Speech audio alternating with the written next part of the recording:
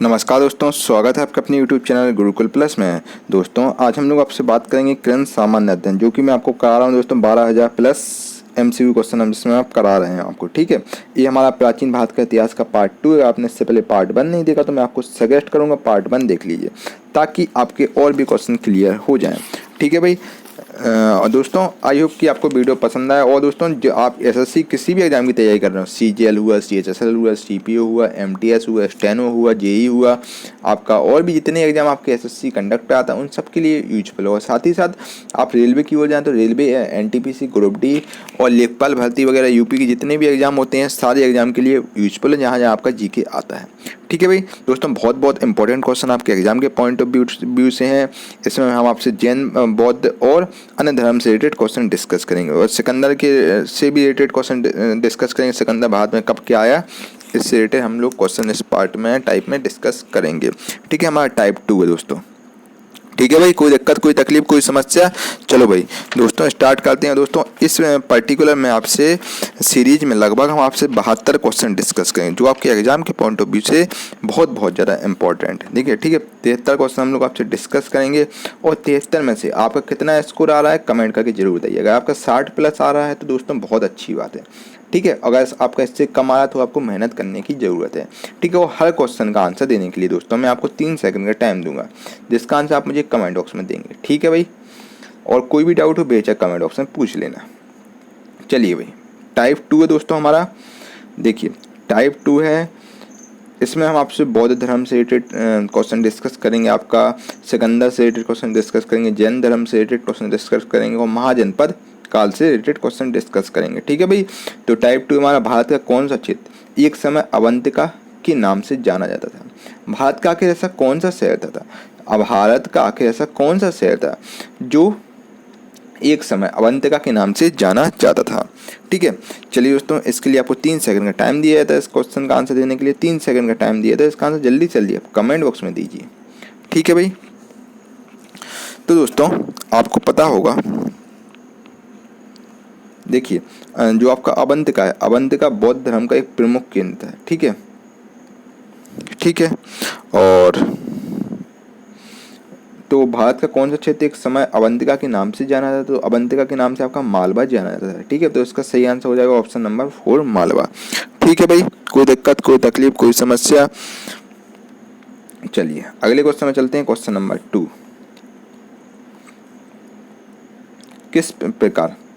किस प्रकार मृदभांड यानी कि पॉटरी भारत में द्वितीय शहरीकरण के प्रारंभ का प्रतीक माना गया है? ठीक है भाई, चलिए कमेंट बॉक्स में अपना आंसर दीजिए। दोस्तों इसका सही आंसर हो जाएगा ऑप्शन नंबर 2 उत्तरी काले पॉलिश युक्त बर्तन। ठीक है,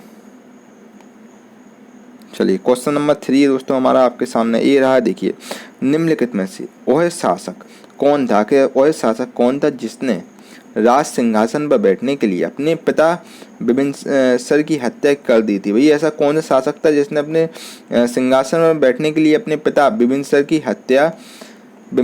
हत्या कर दी गई थी? बहुत ही फेमस शासक था। आखिर वो शासक कौन था? फेमस भी राजा कहलाया उसके बाद, बिम्बिसार के बाद। तो आखिर कौन सा राजा था? ठीक है भाई, ठीक है, अपने पिता की हत्या कर दी थी इसने। तो दोस्तों इसका सही आंसर आपका हो जाएगा अजातशत्रु। अजातशत्रु ऐसा था जिसने अपने सिंहासन में बैठने के लिए अपने पिताजी की हत्या कर दी थी। ठीक है, और दोस्तों आपको बताना चाहता हूँ आपके बिम्बिसार का कार्यकाल चला था 558 से 491 BC तक। ठीक है भाई, और आपका अजातशत्रु को पता है दूसरा नाम भी है, एग्जाम में दोस्तों क्वेश्चन पूछा जाता है अजातशत्रु का दूसरा नाम क्या है? तो दूसरा नाम दोस्तों आप याद रखिएगा पितृहंता। इसका दूसरा नाम है पितृहंता भी इसको कहते हैं। ठीक है, इसको हम पितृहंता के नाम से भी कहते हैं क्योंकि इसने अपने पिता की हत्या कर दी। ठीक है भाई, चलिए क्वेश्चन नंबर 4 की ओर चलते हैं। क्वेश्चन नंबर 4 है दोस्तों, जल्दी से अपना आंसर कमेंट बॉक्स में दीजिए। जैनियों के पहले तीर्थकार कौन थे? बहुत बहुत इंपॉर्टेंट क्वेश्चन है। तो जैनियों के पहले तीर्थकार कौन थे? भाई JEE में भी आपका क्वेश्चन आया है, आप JEE की तैयारी कर रहे हैं तो आपके लिए बहुत ही इंपॉर्टेंट क्वेश्चन है। 27/1/2018 का क्वेश्चन आपका पूछा गया है। तो भाई जैनियों के पहले तीर्थकार कौन थे? तो दोस्तों इसका सही आंसर हो जाएगा ऋषभ देव आपके जैनियों के प्रथम तीर्थकार थे, ठीक है, सबसे पहले तीर्थकार आपके थे ऋषभदेव, ठीक है। और 24वें तीर्थकार आपके महावीर स्वामी जी थे। और दोस्तों एक चीज़ और बताना चाहता हूँ आपको, एग्जाम के पॉइंट ऑफ व्यू से मैं समझा देता हूँ। देखिए पहले तीर्थकार थे आपके कौन, ऋषभदेव, ठीक है भाई। दूसरे तीर्थकार थे आपके अजीतनाथ आपके दूसरे तीर्थकार थे, ठीक है। और आपके तीसरे तीर्थकार थे संभवनाथ। एग्जाम में क्वेश्चन आता है तीसरे तीर्थकार कौन थे भाई, जैन धर्म में, तो संभवनाथ इसका आंसर, ठीक है भाई। और जैन धर्म के प्रमुख, एक 23वां क्वेश्चन दोस्तों पूछा था, एक 24वां पूछा था, ठीक है। 23वें तीर्थकार कौन थे भाई, तो 23वें तीर्थकार थे पार्श्वनाथ। आपने कई मंदिरों में देखी होगी पार्श्वनाथ जी की मूर्ति, ठीक है।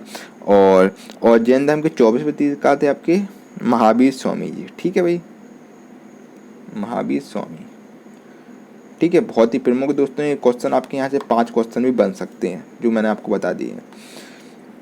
चलिए क्वेश्चन नंबर 5 दोस्तों हमारा, राजस्थान में माउंट आबू पर दिलवाड़ा मंदिरों का निर्माण निम्नलिखित में से किस धर्म के अनुयायियों द्वारा किया गया था। राजस्थान में दोस्तों आपको पता होगा माउंट आबू पर दिलवाड़ा मंदिर बनाया गया है। वो मंदिर आखिर कौन से धर्म के लोगों ने बनाया था, ठीक है भाई। चलिए कमेंट बॉक्स अपना जल्दी से जल्दी अपना आंसर दीजिए। ये संगमरमर का दोस्तों मंदिर बना है दोस्तों। इसका सही आंसर हो जाएगा जैन धर्म, ठीक है। ऑप्शन नंबर 2 जैन आपका सही आंसर हो जाएगा। भगवान आदिनाथ अथवा प्रसिद्ध दिलवाड़ा मंदिर अपने समूह का सबसे प्रसिद्ध मंदिर भी दोस्तों ये था, ठीक है भाई। क्वेश्चन नंबर 6 है दोस्तों, महावीर की माता कौन थी। महावीर स्वामी जी की माता कौन थी। महावीर मैंने आपको बताया दोस्तों 24वें तीर्थकार थे आपके महावीर स्वामी, उनकी माता जी का नाम क्या था। दोस्तों इसका सही आंसर आपका हो जाएगा त्रिशला। महावीर स्वामी जी की माता जी का नाम था त्रिशला, इनकी मम्मी का नाम था त्रिशला, ठीक है भाई। और दोस्तों महावीर स्वामी जी का जन्म कब हुआ था, तो जन्म इनका हुआ था 559 ईस्वी में। ये क्वेश्चन आपका एग्जाम में पूछा जाता है कि भाई महावीर स्वामी जी का जन्म कब हुआ, तो 559 ईस्वी आप याद कर लीजिएगा। और इनका जन्म कहाँ हुआ था, लगभग इनके वैशाली के पास एक आपका कुंड ग्राम है, उसमें आपका वहाँ पर उस जगह पर इनका जन्म हुआ था। और इनके पिताजी का नाम सिद्धार्थ ज्ञात्रक था, ठीक है भाई। क्वेश्चन नंबर 7 है दोस्तों, बहुत इंपॉर्टेंट क्वेश्चन, आप देख सकते हैं कितने एग्जाम में आपका वेरियस एग्जाम में क्वेश्चन पूछा गया है, रट लीजिएगा। ये क्वेश्चन बहुत इंपॉर्टेंट है। तृप्तिक श्लेष धार्मिक ग्रंथ है। तृप्तिक आखिर कौन से धर्म का धार्मिक ग्रंथ है, ठीक है भाई। दोस्तों जल्दी से अपना आंसर कमेंट बॉक्स में बताइए, जल्दी से अपना आंसर कमेंट बॉक्स में बताइए। आखिर तृप्तिक आखिर कौन से धर्म का आपका धार्मिक ग्रंथ है। तो दोस्तों इसका सही आंसर आपका हो जाएगा बौद्धों का आपका धार्मिक ग्रंथ तृप्तिक, ठीक है। और यह ग्रंथ आपके पाली भाषा में लिखा गया। ये आपका धर्म मतलब जो ग्रंथ है आपका दोस्तों पाली भाषा में लिखा गया, ठीक है। बौद्ध धर्म का आपका ग्रंथ है। क्वेश्चन नंबर 8 है दोस्तों, जैन धर्म और बौद्ध धर्म दोनों ही निम्नलिखित में से किसके विश्वास नहीं करते थे। तो जैन धर्म और बौद्ध धर्म आखिर इनमें से किस चीज़ पर विश्वास नहीं करते थे, ठीक है दोस्तों। इसका आंसर आप मुझे कमेंट बॉक्स में दीजिएगा, ठीक है। इसका आंसर आप मुझे कमेंट बॉक्स में देंगे। देखते हैं आखिर कौन कितने दूर और कौन कितने पानी में, ठीक है भाई। क्वेश्चन नंबर 9 है दोस्तों, निम्नलिखित में से जैन धर्म का कौन सा तीर्थ नहीं है। आखिर में से जैन धर्म का कौन सा तीर्थ नहीं है, ठीक है भाई। इन 4 ऑप्शन में आके जैन धर्म का कौन सा तीर्थ नहीं है, ठीक है। तो दोस्तों इसका सही आंसर आपका हो जाएगा सही दृष्टि। जैन धर्म का एक तीर्थ नहीं है। क्वेश्चन नंबर 10 है दोस्तों, अजंता की चित्रकारी निम्नलिखित में से किससे प्रेरित है, ठीक है भाई। चलिए कमेंट बॉक्स अपना जल्दी से जल्दी अपना फटाफट से आंसर दीजिए।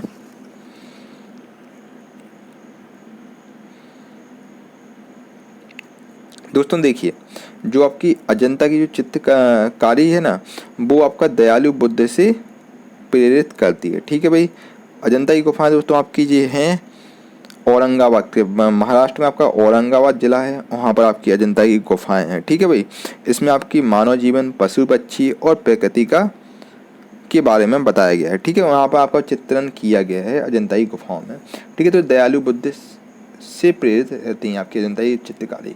क्वेश्चन नंबर 11 है, भगवान बुद्ध ने प्राण कहाँ त्यागे। दोस्तों बहुत इंपॉर्टेंट क्वेश्चन है, भगवान बुद्ध ने आपके अपने प्राण कहाँ त्यागे थे। ठीक है, मतलब ठीक है भाई, तो भाई जल्दी से अपना आंसर दीजिए, कमेंट बॉक्स में अपना उत्तर दीजिए। ठीक है, और इस जगह को दोस्तों हम महापरिनिर्वाण भी कहते हैं। ठीक है दोस्तों, इसका सही आंसर हो जाएगा ऑप्शन नंबर 4, कुशीनगर। कुशीनगर में भगवान बुद्ध ने अपने प्राण त्यागे थे। ठीक है भाई, यानी कि इनका महापरिनिर्वाण हुआ था। ठीक है, बुद्ध धर्म में इसको हम बोलते हैं महापरिनिर्वाण। ठीक है, महापरिनिर्वाण भी बोलते हैं। ठीक है, याद कर लीजिएगा।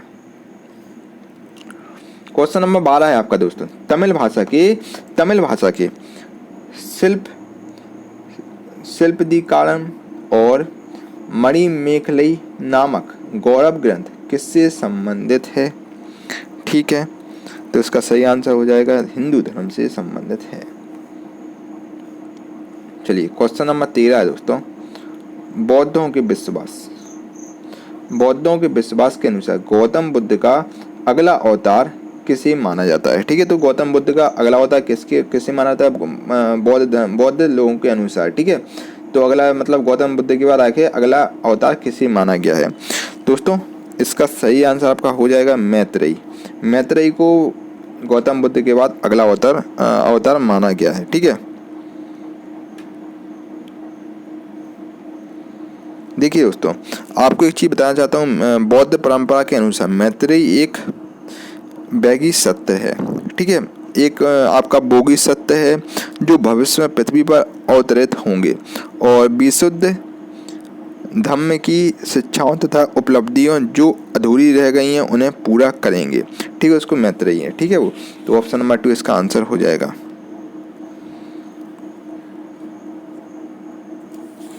क्वेश्चन नंबर 14 है दोस्तों आपके सामने, ये निम्नलिखित में से कौन संस्कृत का प्रथम व्याकरण विद्य था। ठीक है, तो भाई इनमें से आके कौन सा संस्कृत का प्रथम व्याकरण विद्य था। ठीक है भाई, तो सही आंसर दोस्तों आपका हो जाएगा पाणिनि।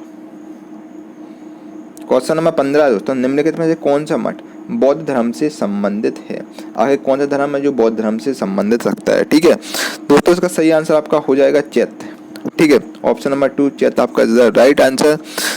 चैत्य आपका बौद्ध से चैट मठ है आपका जो बौद्ध से संबंधित रखता है। ठीक है भाई, समझे बात को, कोई दिक्कत कोई तकलीफ कोई समस्या। चलो भाई अगले क्वेश्चन में चलते हैं। क्वेश्चन, नालंदा विश्वविद्यालय विद्या का एक महान केंद्र था। ठीक है, नालंदा विश्वविद्यालय यानी कि नालंदा यूनिवर्सिटी भाई विद्या का एक महान केंद्र था, मतलब कौन से धर्म का एक महान केंद्र था, नालंदा विश्वविद्यालय। ठीक है, जो कि दोस्तों आपका बिहार में स्थित नालंदा विश्वविद्यालय बहुत ही फेमस यूनिवर्सिटी है। ठीक है भाई, नालंदा विश्वविद्यालय विद्या का महान केंद्र आके था। तो भाई कौन से धर्म का था, तो इसका सही आंसर दोस्तों हो जाएगा बौद्ध धर्म का। ठीक है भाई, तो बौद्ध धर्म की जो जितने भी आपकी चीजें वहाँ प्रोग्राम होते सब नालंदा विश्वविद्यालय में होते थे, जो कि आपका बिहार में है। ठीक है,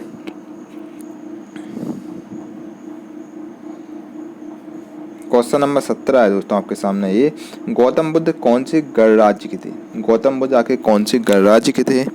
ठीक है, गौतम बुद्ध का दोस्तों आपको बताना चाहता हूँ, गौतम बुद्ध का जन्म जो हुआ था ना क्षत्रिय के रूप में हुआ था। ठीक है, और आपको पता होगा ना सब चीज़ें त्याग दी थी, और शाक्य वंश के निर्वाचित शासक भी हुआ करते थे जिनको शुद्धोधन के पुत्र थे, जिनकी राजधानी कपिल और जिस जगह की राजधानी थी कपिलवस्तु। और आपको दोस्तों पता होगा, मैं आपको बताना चाहता हूँ, गौतम बुद्ध थे आपके मतलब राजा के घर में पैदा हुए थे, लेकिन उन्होंने सब कुछ त्याग दिया था। ठीक है भाई, और संन्यास का जीवन उन्होंने धारण किया था। ठीक है, तो दोस्तों इसका आंसर आपका हो जाएगा शाक्य गणराज्य की। ठीक है, शाक्य इसका सही आंसर हो जाएगा। इन्होंने ही दोस्तों इस शाक्य का एक जो आपके गौतम बुद्ध थे ना, इन्होंने एक स्वतंत्र गणतंत्रवादी राज्य का निर्माण किया था जो कि शाक्य था। ठीक है, शाक्यों के लिए उन्होंने एक गणतंत्रवादी राज्यों का निर्माण किया था जिसको शाक्य के नाम से जाता है। राजा शुद्धोधन की पत्नी और उनकी माता माया कोलियन राजकुमारी। ठीक है भाई, उनकी माता का नाम माया था। ठीक है, क्वेश्चन नंबर 18 दोस्तों आपके सामने, ये मानव के दुखों के अंत के लिए अष्टांगिक मार्ग पथ का प्रतिपादन किसने किया। ठीक है, सही answer option number 2 Gautam Buddha. Question number 19 पे चलते हैं दोस्तों।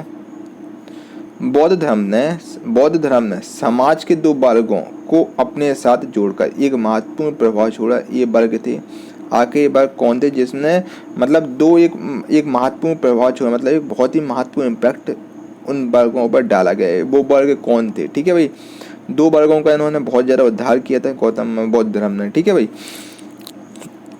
स्त्रियां और शुद्ध इसका सही आंसर हो जाएगा। ठीक है भाई, ऑप्शन नंबर 4 स्त्रियां और शुद्ध धर्म को इतना सबसे ज़्यादा इम्पैक्ट किया था।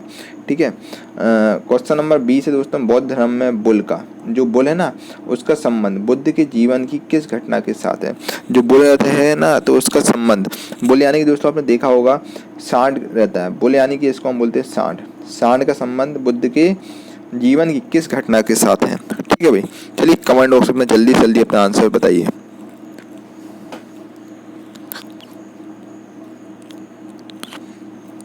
दोस्तों देखिए, जो आपका जो बुद्ध धर्म में जो बुल होता है ना उसका संबंध आपका है गौतम बुद्ध के जन्म से ताल्लुक रखता है। ठीक है भाई, इनके जन्म से संबंध है उस बुल का। ठीक है,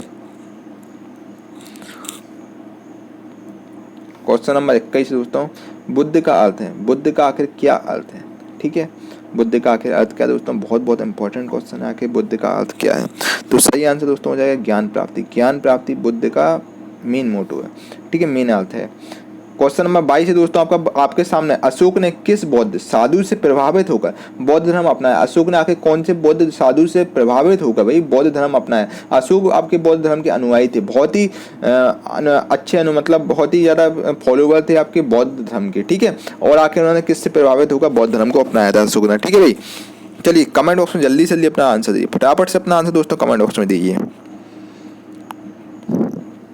दोस्तों इसका सही आंसर हो जाएगा उपगुप्त। उपगुप्त से प्रभावित होकर अशोक ने बौद्ध धर्म को अपना लिया था। ठीक है भाई,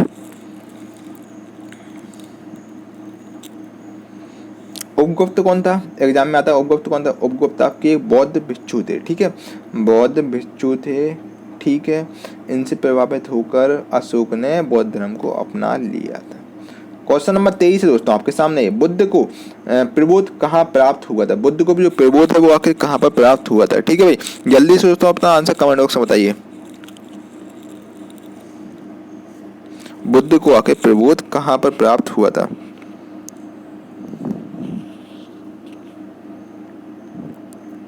चलिए दोस्तों इसका सही आंसर हो जाएगा बोध गया।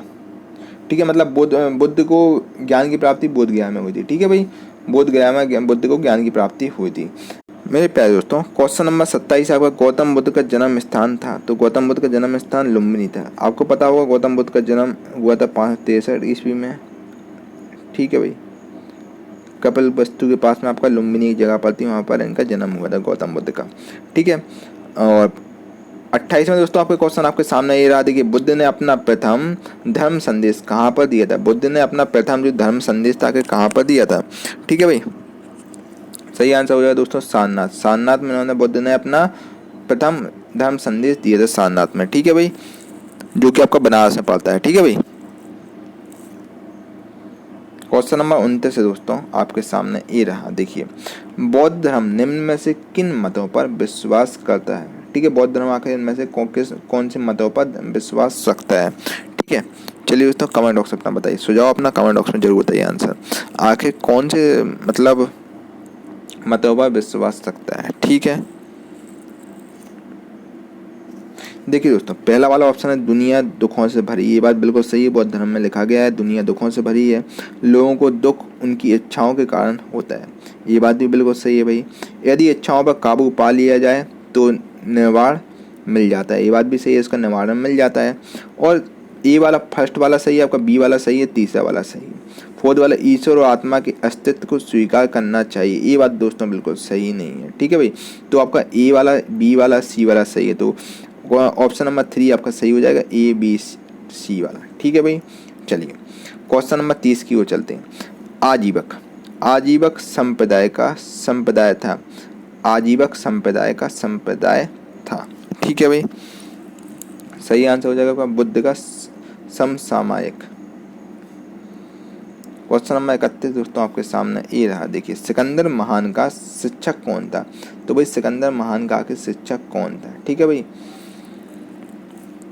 तो दोस्तों इसका शिक्षक थे, सिकंदर के शिक्षक थे अरस्तु।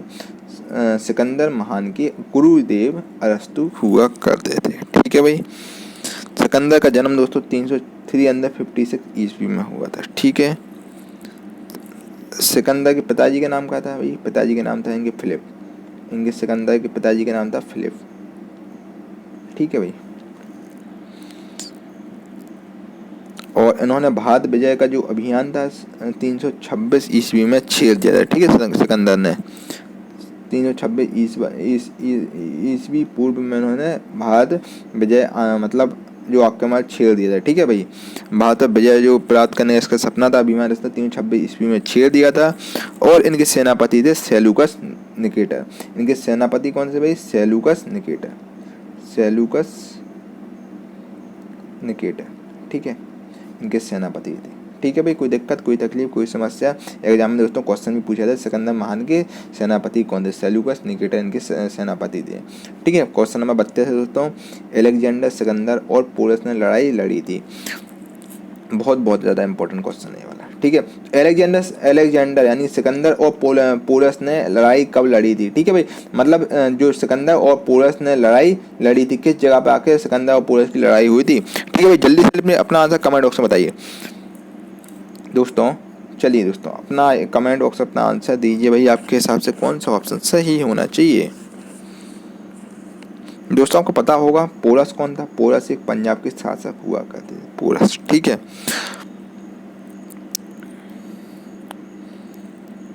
और सिकंदर और पोरस का युद्ध हुआ था, जो हुआ था आपका झेलम में हुआ। ठीक है। ऑप्शन नंबर 1 इसका आंसर हो जाएगा। झेलम में उन्होंने लड़ाई लड़ी थी, सिकंदर और पोरस की लड़ाई हुई थी झेलम में।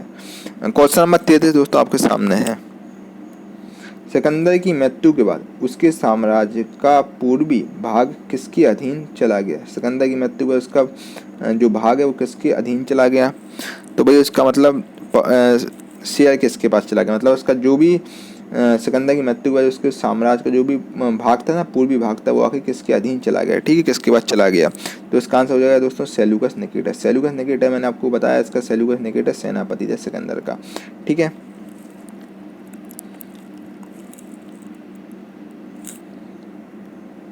और दोस्तों आपको बताना चाहता हूँ सिकंदर चंद्रगुप्त मौर्य से हार गए थे। ठीक है भाई।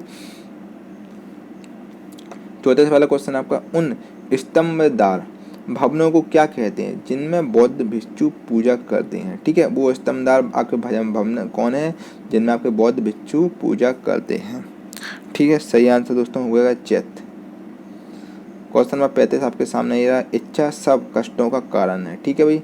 इसका प्रचार करने वाला धर्म कौन सा है? ठीक है। इच्छा आपके सब कष्टों का कारण है। ठीक है। इसका प्रचार करने वाला धर्म कौन सा है? कौन सा धर्म बोलता है कि इच्छा सब कष्टों का कारण है? तो दोस्तों मैंने आपको बता चुका हूँ मैं कि बुद्ध धर्म में ये सब चीज़ें बताई गई हैं। इससे पहले एक क्वेश्चन आया है, उसमें मैंने आपको बताया है। ठीक है भाई। क्वेश्चन नंबर 36 आपका इसके सामने ये रहा, देखिए निम्न में से कौन सा शासक बुद्ध का समकालीन था? आखिर कौन सा शासक था बुद्ध के समकालीन था? ठीक है भाई। तो सही आंसर हो जाएगा बिम्बिसार। ठीक है। इसके बेटा थे अजातशत्रु बिम्बिसार के, और बिम्बिसार अजातशत्रु ने अपने पिताजी को मार दिया था। ठीक है। हत्या कर दी थी। क्वेश्चन नंबर 37 है, बुद्ध के जन्म और उसके पूर्व जन्म की कहानियाँ किस में संकलित हैं? ठीक है।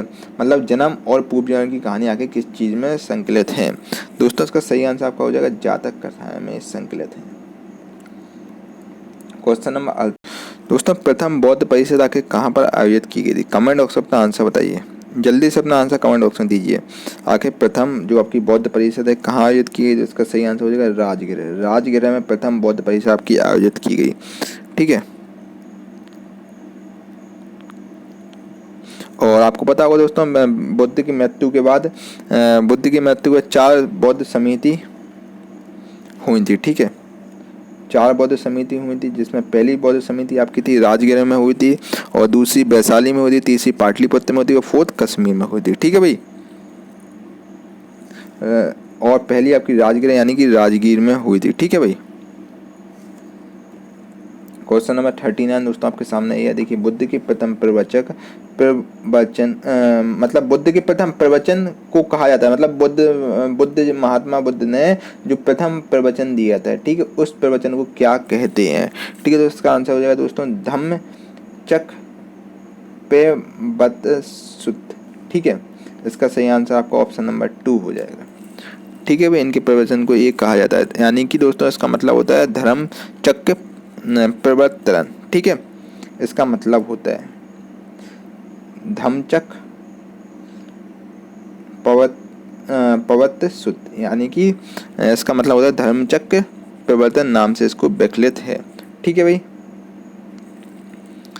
ये आपका उसके नाम से विख्यात है। क्वेश्चन नंबर 40 से दोस्तों, बुद्ध धम्म और संघ मिलकर कहलाते हैं। जो आपके बुद्ध हुए, धम्म हुए और संघ मिलकर क्या कहते हैं। ठीक है भाई, इन तीनों को मिलाकर क्या कहा जाता है। सही आंसर त्रिरत्न इसका आंसर हो जाएगा, ये त्रिरत्न है। क्वेश्चन नंबर 41 दोस्तों आपके सामने ये देखिए, मिलिंद पन्हु क्या है। मिलिंद पन्हु आखिर क्या है। तो भाई मिलिंद पन्हु आपका बौद्ध ग्रंथ है। क्वेश्चन नंबर 42, निम्नलिखित में कौन सा संप्रदाय बौद्ध धर्म का नहीं है। आगे कौन सा संप्रदाय है जो बौद्ध धर्म का आपका नहीं है।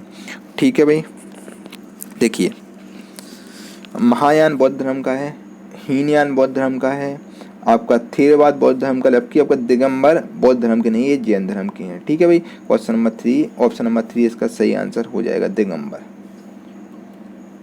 क्वेश्चन नंबर 43 दोस्तों आपके सामने ये है, देखिए महावीर का प्रथम शिक्षक कौन था। महावीर का प्रथम शिक्षक कौन था, मतलब यानी कि महावीर का पहला स्टूडेंट कौन था। ठीक है भाई, कमेंट बॉक्स अपना आंसर दीजिए। तो दोस्तों इसका सही आंसर आपका हो जाएगा महावीर के प्रथम शिक्षक थे जमाली, और जो कि महावीर भगवान के दामाद थे। ठीक है, जमाली इसका आंसर हो जाएगा। क्वेश्चन नंबर 44, वर्धमान महावीर और किस नाम से विख्यात हैं। वर्धमान महावीर जो जैन धर्म के हैं वो आखिर और किस नाम से विख्यात हैं। ठीक है, तो वो जीना के नाम से विख्यात है।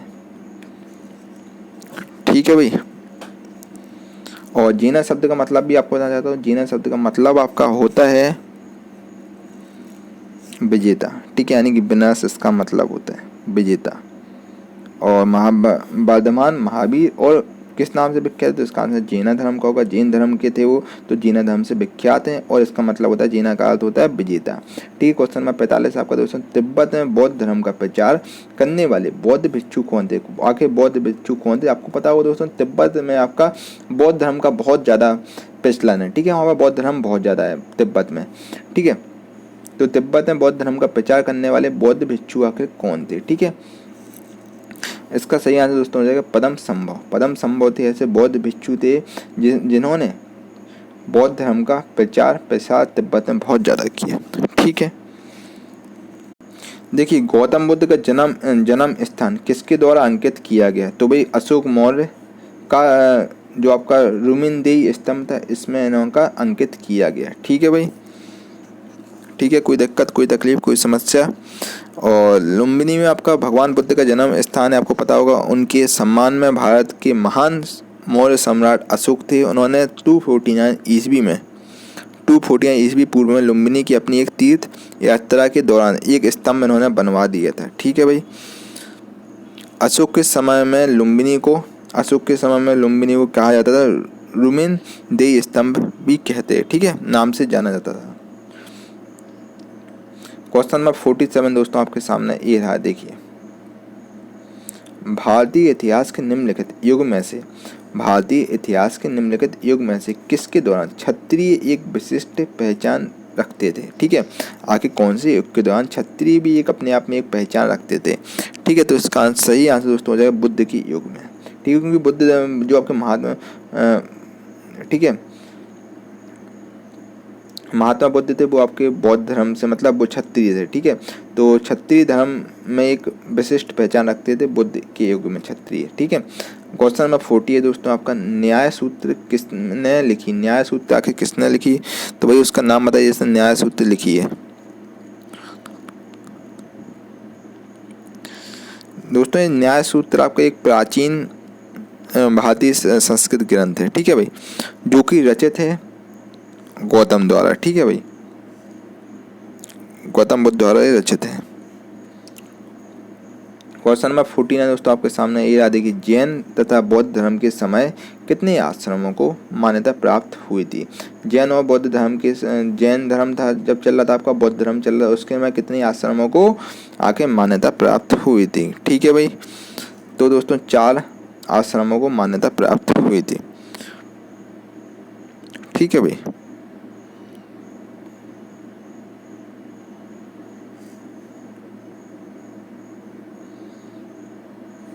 क्वेश्चन नंबर 50 है दोस्तों, छठी शताब्दी ईस्वी पूर्व में कौन सा काल कहलाता था। ठीक है, तो छठी भी जो आपका ईसा पूर्व था उसमें कौन सा काल कहलाता था। सही आंसर हो जाएगा दोस्तों धार्मिक उत्तेजना ये काल था। ठीक है, यहाँ पर आपके बौद्ध धर्म और जैन धर्म वाले आए थे। ठीक है, इसको कहा जाता है धार्मिक उत्तेजना वाला काल। ठीक है, यहाँ धार्मिक चीजें होती थी। क्वेश्चन नंबर 51 दोस्तों आपके सामने ये देखिए, भारत में जैन धर्म का संस्थापक कौन था। भारत में आके जैन धर्म का संस्थापक कौन था, बहुत बहुत इंपॉर्टेंट क्वेश्चन है भाई। जैन धर्म का आगे संस्थापक कौन है दोस्तों, मैं आपको बता चुका हूँ पहले भी, जैन धर्म के आपके संस्थापक थे महावीर। ठीक है भाई, सही आंसर इसका हो जाएगा महावीर। ठीक है भाई, कोई दिक्कत, कोई तकलीफ, कोई समस्या, इसका सही आंसर महावीर हो जाएगा। ऑप्शन नंबर 2 को टिक कर लिए, महावीर इसका सही आंसर हो जाएगा। ठीक है भाई, महावीर स्वामी जैन धर्म के संस्थापक थे। और जैन धर्म के 24वें संस्थापक कौन थे, देखिए महावीर इसका सही आंसर दोस्तों आपका हो जाएगा। दोस्तों देखिए 52 वाला क्वेश्चन है, बौद्ध धर्म में जो त्रिरत्न आके क्या इंगित करता है, इसका आंसर दोस्तों आप कमेंट बॉक्स में देंगे। ठीक है, आगे बौद्ध धर्म में आके त्रिरत्न आके क्या इंगित करता है। ठीक है भाई, 53 वाला क्वेश्चन है दोस्तों, उस राज्य का नाम बताइए जिसने पहली बार युद्ध में हाथियों का इस्तेमाल किया। कि वो कौन सा राज्य था जिसने मतलब युद्ध जब चल रहा था उस समय हाथियों का इस्तेमाल किया था, यानी कि अपग्रेड हो गया था हाथियों में। ठीक है भाई, तो इसका सही आंसर दोस्तों हो जाएगा मगध। 54 वाला क्वेश्चन दोस्तों, उस गणतंत्र का नाम बताइए जो 6ठी शताब्दी ईस्वी पूर्व जातियों का राज्य संघ था। ठीक है, तो इसका सही आंसर दोस्तों हो जाएगा बज्जी। 55 वाला क्वेश्चन आपका, जैनियों द्वारा अपने पवित्र ग्रंथों के लिए सामूहिक रूप से किस शब्द का प्रयोग किया गया है। ठीक है, जैनियों द्वारा अपने पवित्र ग्रंथों के लिए सामूहिक रूप से आखिर कौन से शब्द का प्रयोग किया गया है। सही आंसर दोस्तों आपका हो जाएगा अंग। ठीक है, 56 वाला क्वेश्चन आपका, निम्नलिखित में किस मुद्रा में गौतम बुद्ध ने, आखिर कौन सी मुद्रा थी इसमें गौतम बुद्ध ने सारनाथ में अपना पहला उपदेश दिया था। आखिर कौन सी मुद्रा जब समय थी जब गौतम बुद्ध अपना सारनाथ में उपदेश दे रहे थे, तो उस मुद्रा को कहा जाता है दोस्तों धर्मचक्र मुद्रा। ठीक है भाई,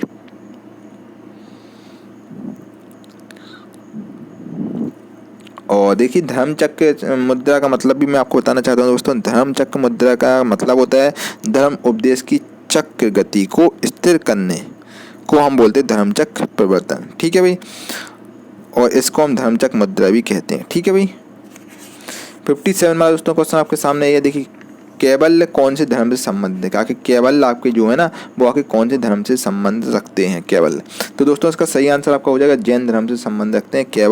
केवल आपके जैन धर्म से संबंधित रखते हैं। और जो आपकी केवल है दोस्तों एक बहुत ही महत्वपूर्ण अवधारणा है। ठीक है, जो जैन धर्म की बहुत ही महत्वपूर्ण अवधारणा है जिसमें मतलब मोक्ष के बारे में बताया गया, मोक्ष प्राप्ति से संबंधित जैन धर्म की बहुत ही महत्वपूर्ण अवधारणा है। केवल आपके जैन धर्म से संबंधित रखते हैं। 58 वाला क्वेश्चन आपका देखिए, कौन से बौद्ध ग्रंथ 16 महाजनपदों का उल्लेख करता है। कौन सा बौद्ध ग्रंथ है जो 16 महाजनपदों का उल्लेख करता है।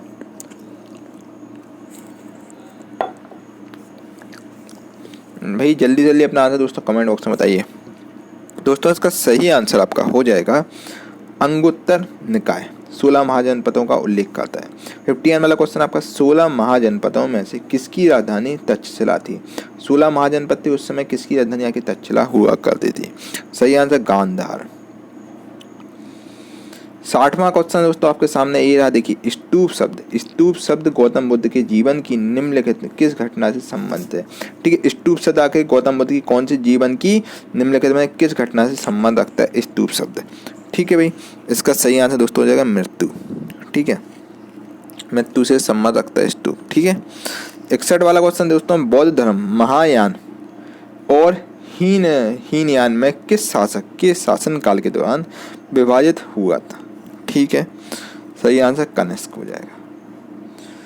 62 वाला दोस्तों क्वेश्चन आपके सामने ये रहा था कि वैशेषिक दर्शन के प्रतिपादक कौन है। वैशेषिक दर्शन के प्रतिपादक आखिर कौन है।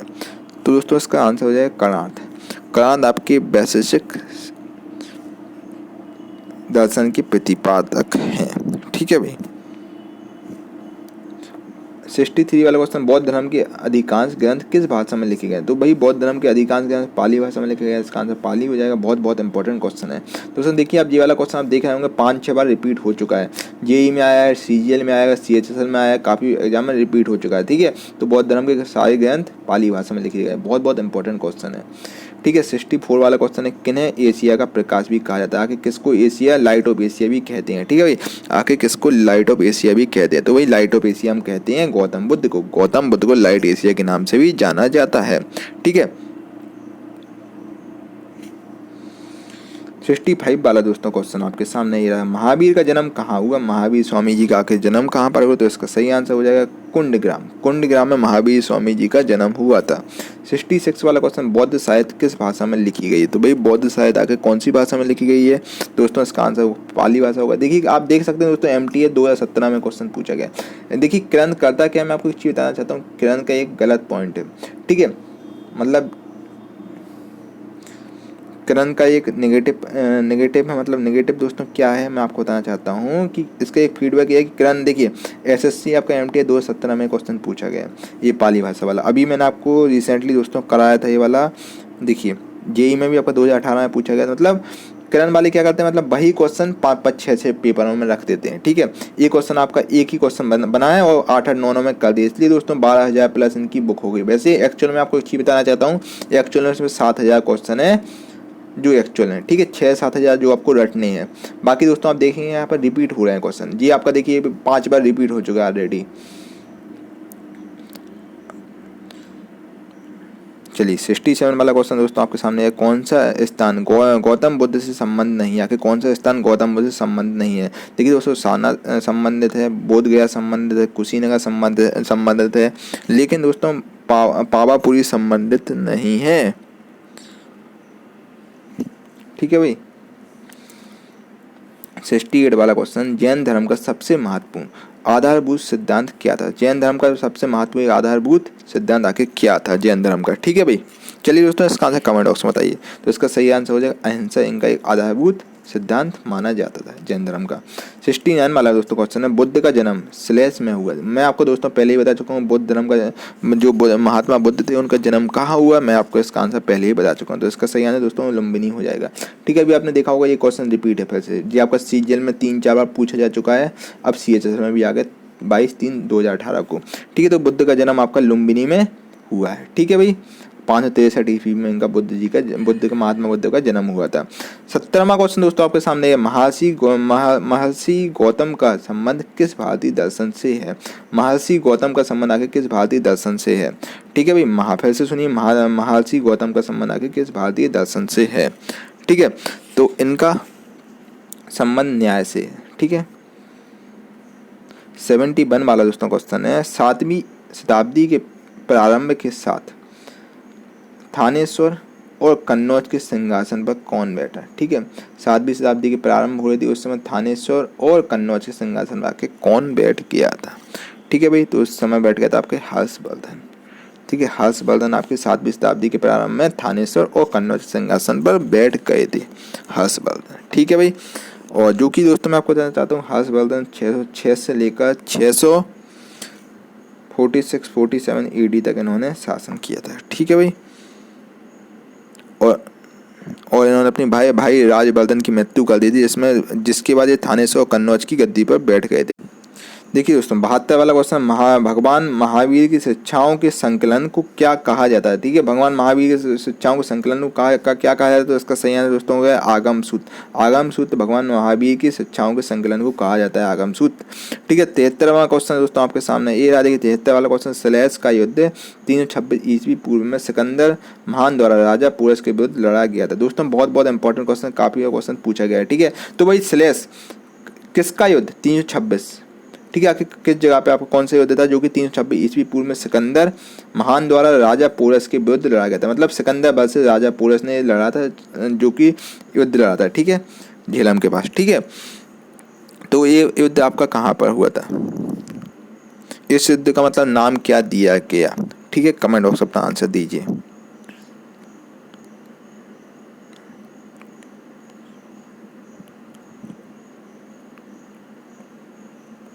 दोस्तों इसका सही आंसर आपका हो जाएगा ऑप्शन नंबर 1, आपका हाइडेस्पस में आपका ये वाला हुआ था, ठीक है। हाइडेस्पस की लड़ाई 326 ईस्वी पूर्व में हुई थी। सिकंदर महान ने इसमें पंजाब में आपका हाइडेस्पस यानी कि झेलम नदी के तट पर पौरव साम्राज्य की राजा पोरस के खिलाफ इसने लड़ी थी, ठीक है। इस लड़ाई में इसने परिणाम स्वरूप मैसेडोनियम की जीत की और पंजाब की हार इसमें हो गई थी, ठीक है। ये आपका हाइडेस्पस यानी कि झेलम के पास है, ठीक है भाई, ठीक है भाई, झेलम नदी के तट पर यहाँ पर युद्ध हुआ था। इसको हम बोलते हैं हाइडेस्पस, आपका ये युद्ध था, ठीक है, जो कि 326 ईस्वी पूर्व सिकंदर वर्सेस राजा पोरस के बीच हुई थी, ठीक है भाई। दोस्तों देखिए, मैंने इस पर्टिकुलर दोस्तों इस पार्ट में मैंने आपको 73 क्वेश्चन करा दिए। हमारा टाइप 2 था, ठीक है। आपके कितने क्वेश्चन सही हैं कमेंट बॉक्स में बताओ। आपके 60 प्लस दोस्तों अगर स्कोर आ रहा है तो दोस्तों बहुत अच्छा स्कोर है। मैं आपको बता रहा हूँ आप अपना स्कोर कैसे चेक करेंगे। देखिए, मेनली अगर आपका 60 से 65 आ रहा है तो दोस्तों आपका एक्सीलेंट स्कोर है, ठीक है। तो जितना आपको ज़्यादा घबराने की ज़रूरत नहीं है लोड लेने की, ठीक है। आपकी तैयारी अच्छी चल रही है दोस्तों। अगर आपका 60 से नीचे आ रहा है, 55 और 60 के बीच स्कोर आ रहा है, ठीक है, तो दोस्तों देखिए आपको आपका स्कोर एवरेज है, ठीक है, तो आपको थोड़ा मेहनत की ज़रूरत है। अगर आपका दोस्तों 50 क्वेश्चन ही सही हो रहे हैं दोस्तों थोड़ा, तो आप ज़्यादा से अपना थोड़ा जीएस पर ध्यान दीजिए, क्योंकि जीएस दोस्तों पोर्शन ऐसा होता है कि आप रटेंगे, आज रटेंगे कल भूल जाएंगे। तो दोस्तों आपको इसके लिए 3 4 5 बार रटनी होनी चाहिए, तभी आपको चीज़ें याद रहेंगी, ठीक है। और कोई भी डाउट हो बेशक कमेंट बॉक्स में बताइए, मैं आपको कंप्लीट करन का दोस्तों कंप्लीट करा रहा हूँ, ठीक है।